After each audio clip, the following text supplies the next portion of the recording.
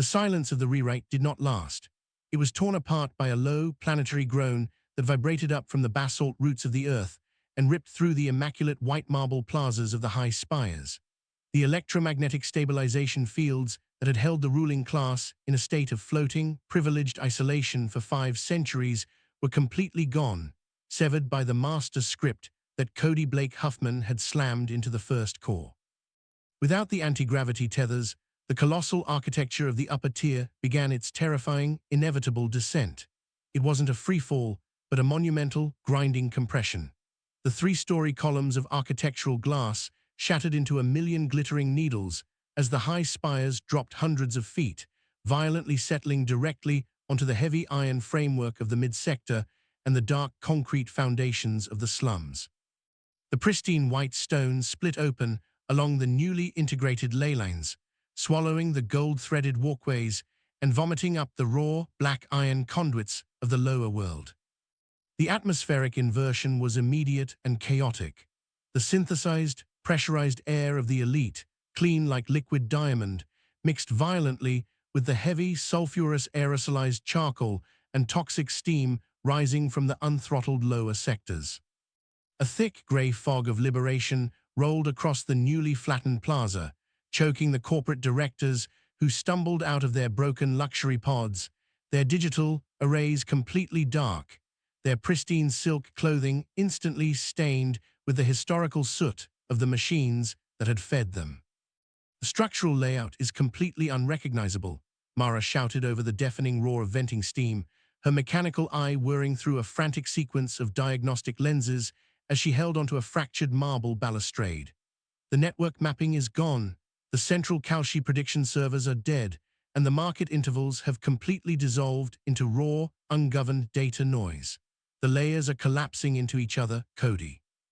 If the primary power grid doesn't find a balance point within the next 3 minutes, the raw Tartarian current from the first core will cause a localized kinetic chain reaction that will flatten every block we just freed.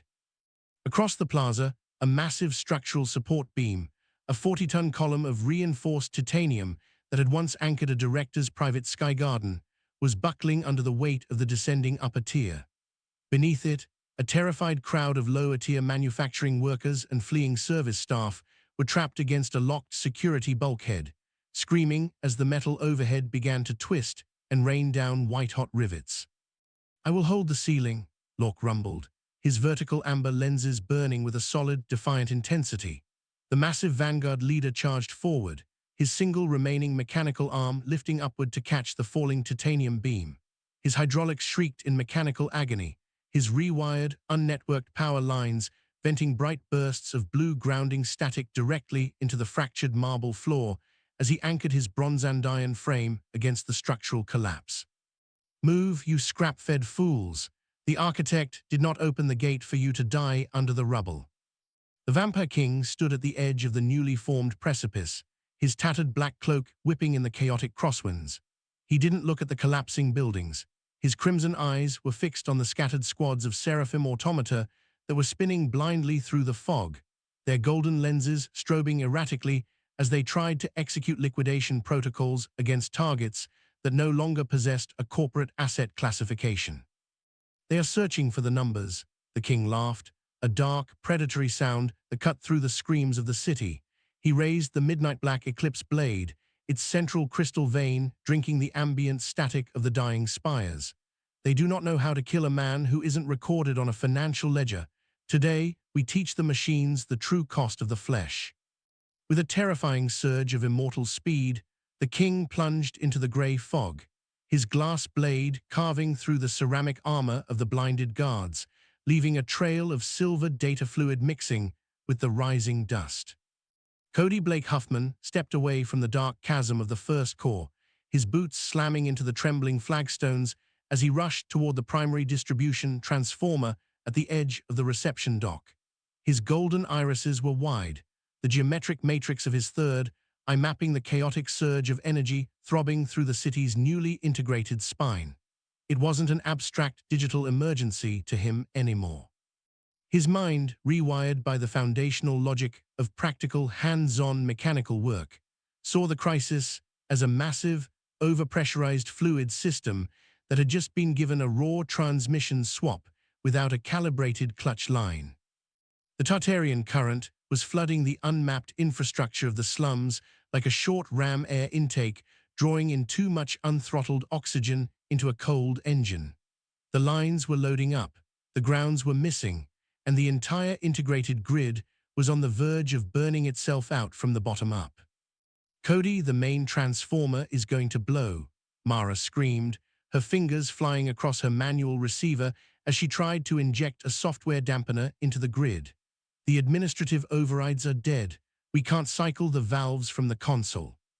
"Then we don't use the console," Cody shouted back, his voice carrying the absolute clarity of a master builder.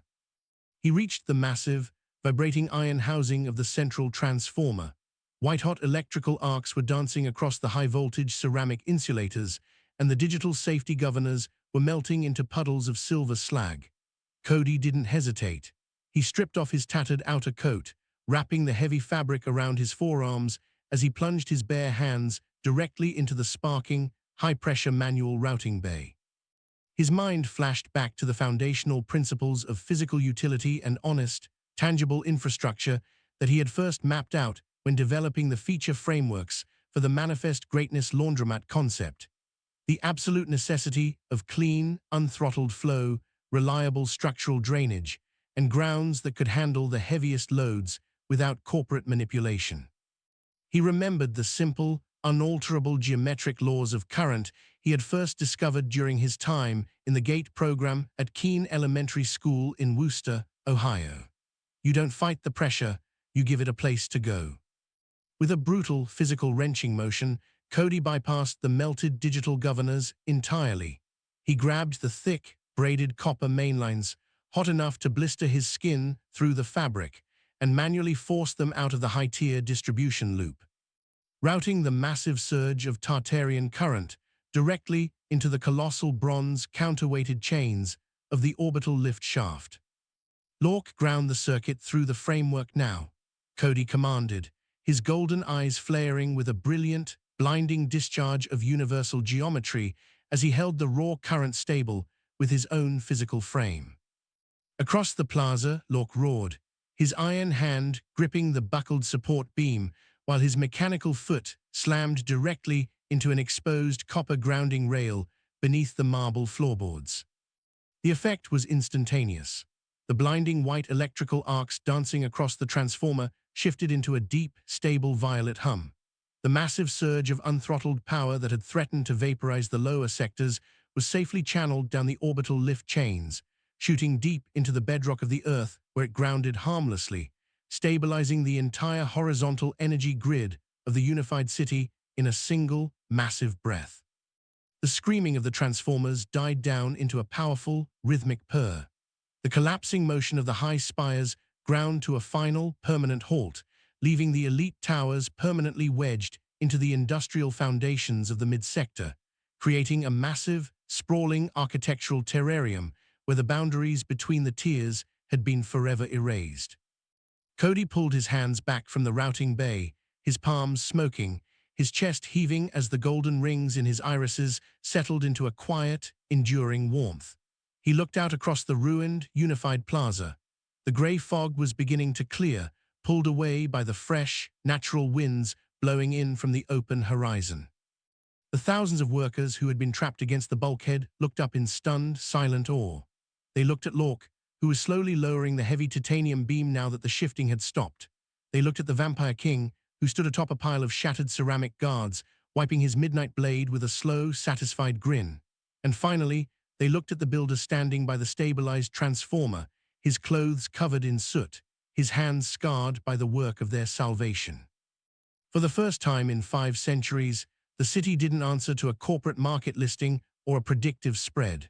The people looked down at their handheld displays, watching the green route directory cascade finish its loop, leaving a single, unnetworked truth written across the horizon of the new world. The architecture belonged to the hands that built it.